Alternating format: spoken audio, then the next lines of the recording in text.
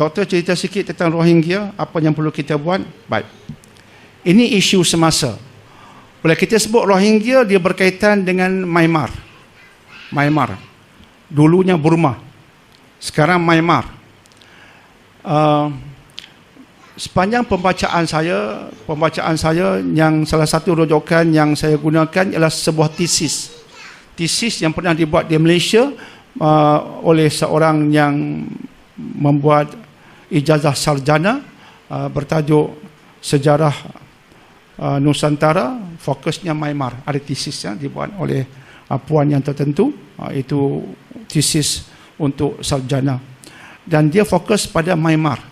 Dan bila fokus pada Myanmar, maka terpaksa juga mengkaji tentang sejarah Rohingya. R-O-H-I-N-G-Y-A, Rohingya. Jadi Rohingya ini kalau ikut kajian di sudut sejarahnya, mereka dah wujud di Myanmar pada abad ke-8 Masihi lagi. Sudah lama. Mereka sudah ada di Myanmar pada abad ke-8 Masihi. Bukan baru ada. Dah lama ada. Dan mereka berada di satu penjuru Myanmar yang dulunya dikenali sebagai Arakan. Sekarang Rohine. R-A-K-H-I-N-E, Rohine. Dulunya Arakan. Mengikut pembuat tesis ini, sepanjang kajiannya, dia mengatakan berkemungkinan Arakan itu berasal dari bahasa Arab. Arkan, rukun-rukun. Jadi menampakkan keislaman mereka yang duduk di situ pada asalnya. Dan oleh sebab Arakan ini dia di tepi laut, maka dia menerima dengan mudah pendatang-pendatang ataupun peniaga-peniaga dari Arab dan lain-lainnya. Dan mengikut sejarahnya, maka peniaga-peniaga yang datang ini dalam bentuk pelayaran, mereka berkahwin dengan orang-orang Arakan. Maka akhirnya mereka pun menetap di situ. Selepas mereka datang untuk meniaga dan mereka berkahwin dengan orang tempatan di Arakan, mereka pun menetap di situ. Maka mereka memang bukan orang yang hari ini, bukan orang baru. Mereka sudah hidup berabad-abad di Arakan. Orang yang Cina di Malaysia pendatang juga, tapi sekarang sudah jadi warga negara. Alhamdulillah. Kita bukan kejam, warga negara terus. Ini sudah hidup lebih lama, berabad-abad, beranak pinak. Jadi sudah lama, abad ke-8 Masihi, mereka berkahwin, menetap di situ. Sudah sekian lama. Burma baru merdeka. Jadi mereka pun berkahwin, duduk situ. Arakan. Sekarang nama tu berubah pada Rohine.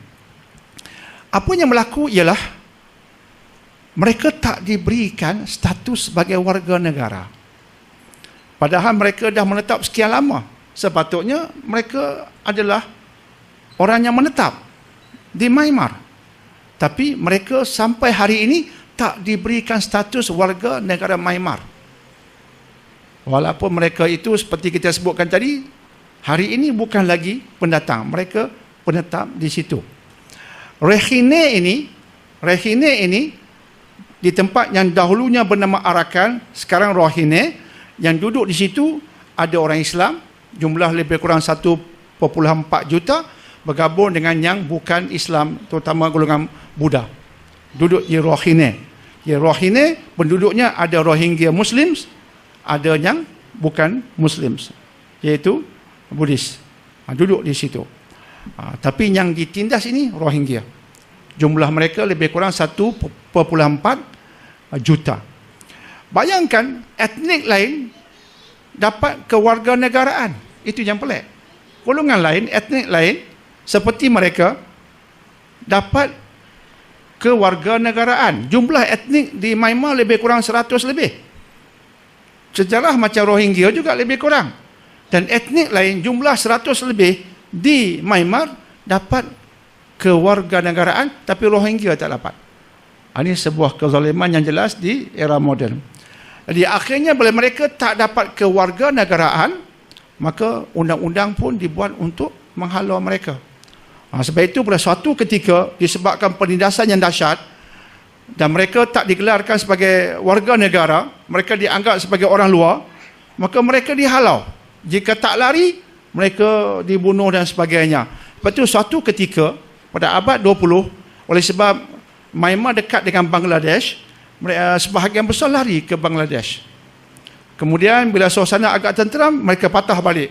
Patah balik, lagilah dihukum sebagai pendatang asing yang tak layak balik ke Myanmar. Itu yang berlaku. Yang baki itu mereka tertekan. Tak ada IC, tak layak untuk dapat kemudahan kerajaan, tak ada. Sebab itu WHO dan juga UN mengisytiharkan mereka antara yang paling teruk dari mangsa kezaliman negara di negara mereka hari ini, antara yang paling teruk. Tinggi peratus budak-budak tak cukup makan, kan, tak cukup darah, hemoglobin, oksigen, tinggi peratus. Baik. Kemudian mengikut tesis itu juga dia menyebutkan pada suatu ketika kerajaan Myanmar telah melakukan satu operasi, dipanggil operasi Naga, operasi Naga Chin, lebih kurang begitulah, ada berkaitan dengan dragon.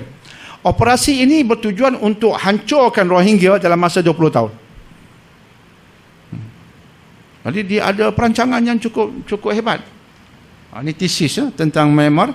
Operasi ini operasi untuk exterminate, untuk banteras Rohingya Muslim dalam masa 20 tahun. Bermula lebih kurang tahun 1970-an. Lebih tepat mungkin 1978. 20 tahun Rohingya tak wujud lagi di Myanmar, tapi masih wujud. Jadi sekarang nampaknya pembunuhan lebih sakan. Dan yang paling pelik itu dirangsang juga oleh sami-sami Buddha. Orang sentiasa mengatakan Buddhis ini, mereka ini golongan yang okey, tak suka bunuh orang, bunuh kucing, haiwan pun tak suka. Jangan sebut bunuh orang. Buddha, bunuh haiwan pun tak boleh. Bunuh haiwan pun tak boleh, benda hidup. Sekarang puak-puak yang kononnya takut nak bunuh haiwan, sekarang bunuh orang Islam. Nampaknya halal pula sembelih orang Islam. Itu berlaku. Maka sekarang itu isunya. Apa boleh kita buat? Pertama, yang paling simple tapi insya-Allah besar maknanya pada agama ialah berdoa. Dan buat kunut nazilah. Alhamdulillah baru ni Jakim suruh kita buat kunut nazilah, syukur. Dan saya semayang Jumaat di USM. Alhamdulillah imam buat kunut nazilah. Kunut nazilah tu sunnah. Bila tragedi menimpa umat, disunatkan kita semayang dan kita buat kunut nazilah, minta Allah tolong memelihara umat Islam dan hancurkan musuh. Itu kunut nazilah. Nazilah artinya tragedi malapetaka. Kita minta pada Allah khusus ketika solat dengan kunut khas untuk Allah bela kita, hancurkan musuh. Itu nama kunut nazilah, sunnah dalam Islam mengikut sunnah Nabi SAW. Di doa kunut insya-Allah kita boleh buat. Yang ketiga ialah ada saluran yang mengutip dana. Mengutip dana ini kita kena salurkan pada yang khas lah, yang betul ada authority. Sebab susah nak sampai ke tempat mereka, susah. Jadi ada NGO di Malaysia seperti Ikram, ada Rizal, Ikram ataupun MyCare. Jadi mereka kutip, tapi mereka tidak boleh pergi ke sana. Cuma dia salur pada NGO yang sedang berada di sana. Ada caranya. Jadi ada cara itu penting juga, proses itu. Jika tidak kutip duit, kutip dah, nak sampai tak boleh. Jadi wang itu pergi ke mana akhirnya? Banyak kontroversi. Jadi kena ada saluran yang jelas bagaimana dia sampaikan. Itu boleh kita, saya ingat MyCare, pergi ke laman web, bawah Ikram MyCare, dia ada salurannya. Itu ketiga. Yang keempat itulah di peringkat yang lebih tinggi lah. Itu peringkat kita. Tapi tak boleh selesai peringkat kita. Dia peringkat kerajaan, peringkat OIC. Jadi kalau OIC tidak hanya OIC, dia akan jadi lebih baik. Tapi OIC, jika OIC sekadar kami mengutuk dengan sekeras-kerasnya, cara lama. Tapi umat Islam sekarang tak kuat. Jika umat Islam dahulu, dia hantar tentera terus. Jika umat Islam dahulu buat kezaliman pada umat Islam, dia hantar tentera terus ke pintu presiden. Pucat habis musuh-musuh Islam zaman dahulu. Sekarang OIC. Malah pemain bola sepak kita pun tak peka. Kabinet putuskan boleh lawan bola di Myanmar, lawan bola dengan Myanmar, kalah. Memang duk agak dah. Baik. Kalah tu memang saya agak dah. Malaysia. Baik. Tapi pemain-pemain ni Yalah, nak main bola tu bab dia lah. Tapi dia tak ada roh. Tak ada roh. Pemain bolanya majoriti orang Islam. Dia tak ada roh. Dia tak peka apa yang berlaku. Kalau kita lihat bola antara bangsa, kadang-kadang kita lihat yang skor gol itu, tiba-tiba skor gol, orang semua sorak, dia ambil kesempatan.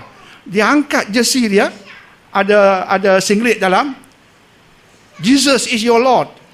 Seluruh dunia nampak. Ketika main bola, puak-puak Kristian itu, dia ada dakwah. Dia pakai siap-siap. Bukan baru pakai. Skor-skor gol. Mana singlet aku tadi? Tak. Maksudnya dia memang ready dah nak berdakwah. Dia pakai jersey dia, okey. Bawah tu ada t-shirt yang tulis Jesus is your Lord. Dia ambil ketika. Ambil masa dan ketika yang sesuai, dia skor gol. Dia main sungguh-sungguh nak skor gol. Lepas skor gol, mestilah kameraman fokus kat dia. Penjaring gol, dia angkat Jesus is your Lord. Nak boleh kata apa? Tengok aku skor gol, nak boleh marah. Tapi yang Islam ni, dia tak ada roh itu. Katakanlah nak main juga dengan Myanmar. Contohnya dalam baju t-shirt dalam tu tulislah Save Rohingya, contoh kan. Tak ada. Dia tak bawa roh itu. Dia tak bawa roh. Yang tu pun tak ada. Katalah kabinet putuskan kami kena main bola, nanti kami tak main, nanti FIFA akan kenakan penalti pada Malaysia. Okeylah, kena penalti jangka panjang, kita bermasalah. Penalti ni bukan senang, FIFA punya penalti. Contoh dia fikir macam tu. Okey, kita tak bincang panjang lah. Tapi roh tu ada. T-shirt ataupun masa orang ambil gambar kan, masa peringkat awal tu pemain Malaysia semua angkat baju Save Rohingya. Tak ada. Jadi kita lihat, jadi ini problem kita. Tak bawa message tu, tak ambil kesempatan.